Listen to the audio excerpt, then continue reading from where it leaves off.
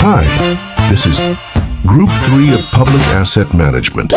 They're not just presenting, they're telling a story about how assets are managed, valued, and transformed into real impact through the work of the Regional Financial and Asset Agency of Lebak Regency. So, sit back and let the journey begin. Enjoy the video.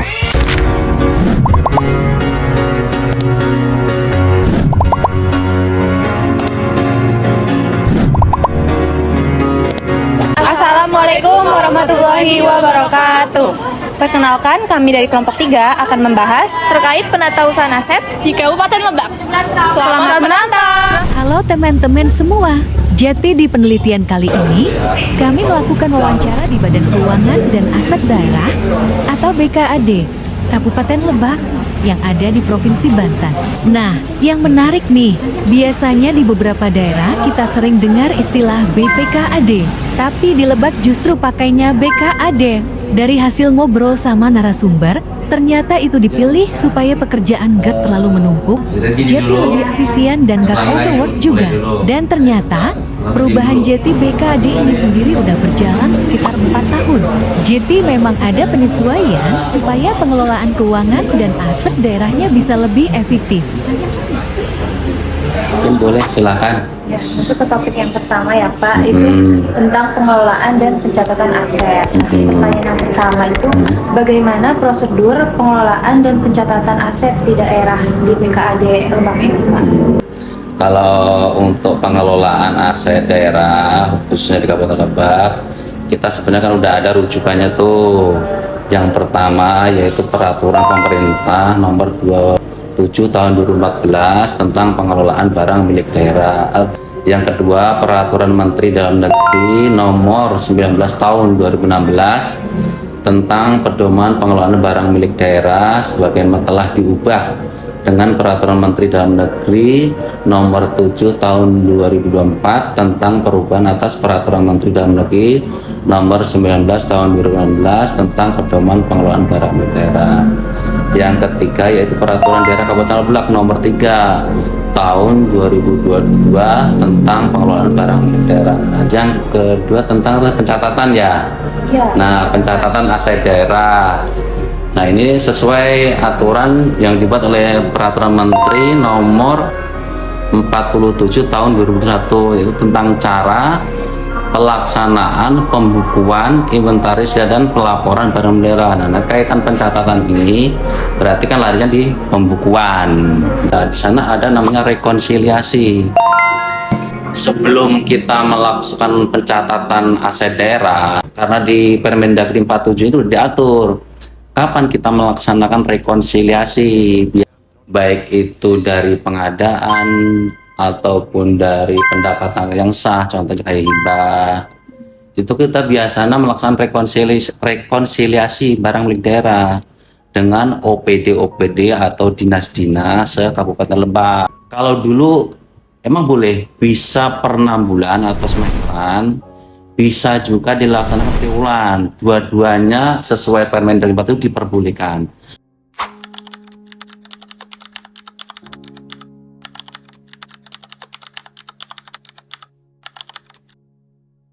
Kan tadi Bapak sudah jelaskan kalau di Lebak belum pakai Simda. Nah, boleh tahu alasannya kenapa Pak?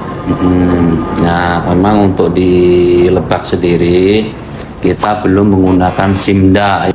Di awal 2024 kita pernah ngadain studi banding ke Cianjur. Mereka memang sudah menggunakan Simda BMD. Dan kalau di kita namanya aplikasi Atisis Bada. Kita kemarin melakukan studi banding ke sana, ke Cianjur. Kita tanya-tanya gimana proses migrasinya.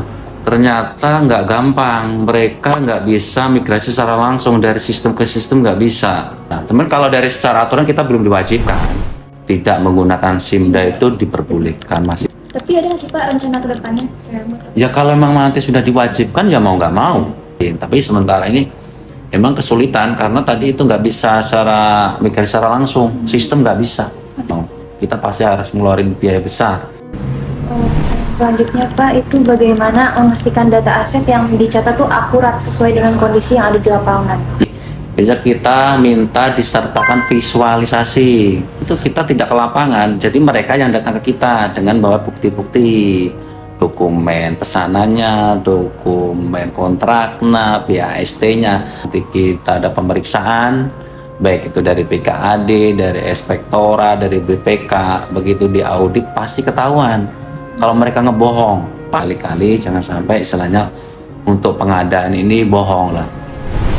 Ya Pak, siapa saja yang bertanggung jawab dalam pengelolaan aset? Kalau di tingkat bawah biasanya kan ada yang disebut unit satuan pendidikan tuh, biasanya di tingkat sekolah dasar tuh disebut dengan pembantu pengurus barang. Di atas UPT lagi ada yang disebut dengan pengurus barang pengguna di tingkat OPD. Kalau selaku pengelola itu adanya di BKAD. Seperti saya ini kebenaran saya juga menjabat sebagai pembantu pengurus barang pengelola. Kita ini sebagai pengelola aset seluruhan. Ada pejabat penata usahaan pengelola itu biasanya Pak Kaban. Itu pejabat penata usahaannya. Bagaimana proses pengadaan hingga aset ditetapkan sebagai BMD? Untuk perencanaan itu, penganggaran daerah itu biasanya dilaksanakan 1 tahun sebelumnya. Namanya RKBMD. Dari sana mereka biasanya mengajukan ke kita nih, ke BKAD. Nah, mereka akan menyisir tuh, menginventarisasi di kecamatan itu sudah ada berapa, dan itu pun biasanya menyesuaikan dengan budget. Jadi dari RKBMD pengajuannya, rencana kebutuhan lebaran, dilakukan setahun sebelum pelaksanaan. Kalau untuk aset yang kayak tadi apa ya, laptop yang rusak itu penanganannya gimana Pak? Dihapuskan dari daftar? Ya betul, gini di kita ada penjualan. Dijual lagi Penjualan secara lelang dan non lelang. Tapi kebanyakan biasanya peralatan mesin. Biasanya dilakukan penjualan, biasanya di B, kita cek suratnya. Ada kita yang namanya workshop, perbengkelan. Kalau nggak ada di KIP, di inventarisasi nggak bisa. Lumayan buat PAD daerah.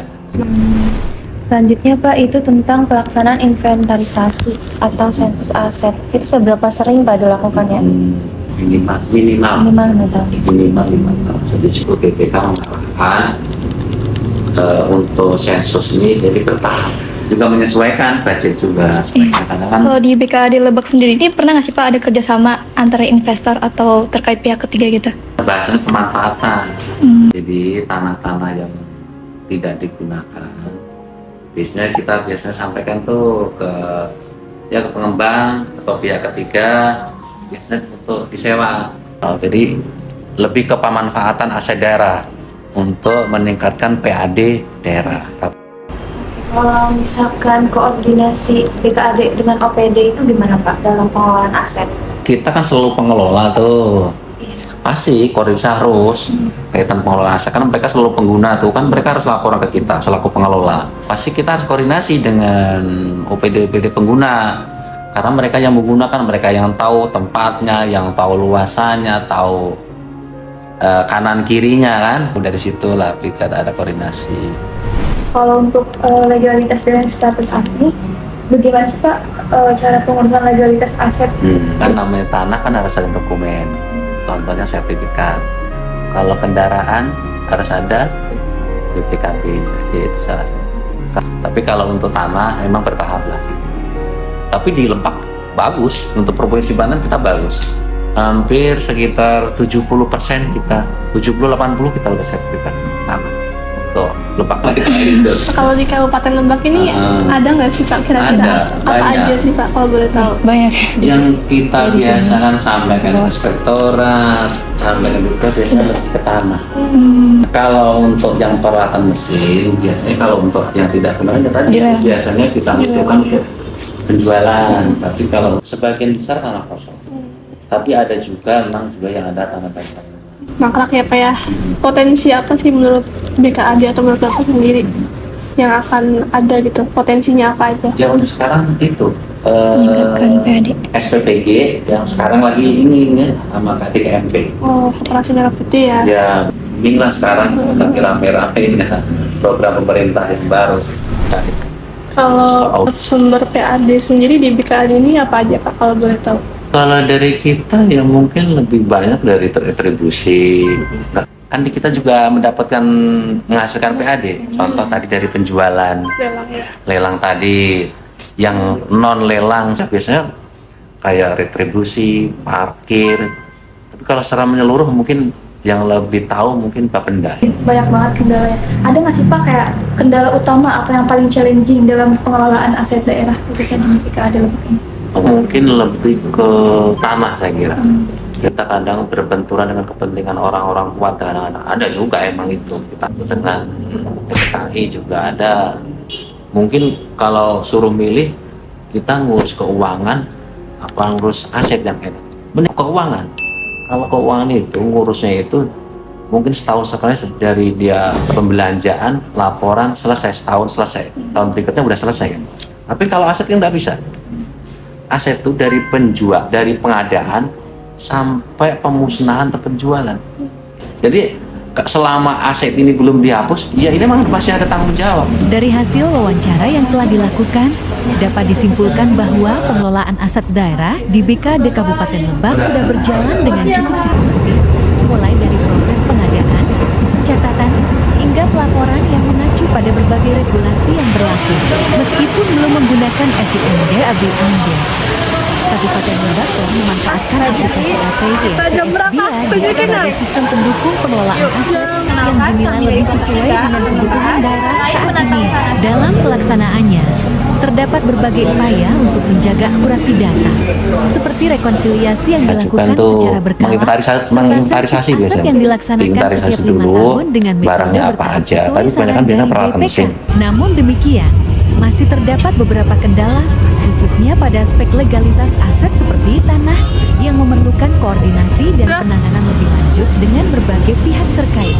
Jadi secara keseluruhan, pengelolaan aset di Kabupaten Lebak terus dikembangkan supaya bisa lebih optimal dan juga memberikan kontribusi terhadap peningkatan pendapatan daerah. Terima kasih sudah menonton. Sarang hayo. Lebak hebat dimulai dari aset terawat. Ayo kita jaga bersama.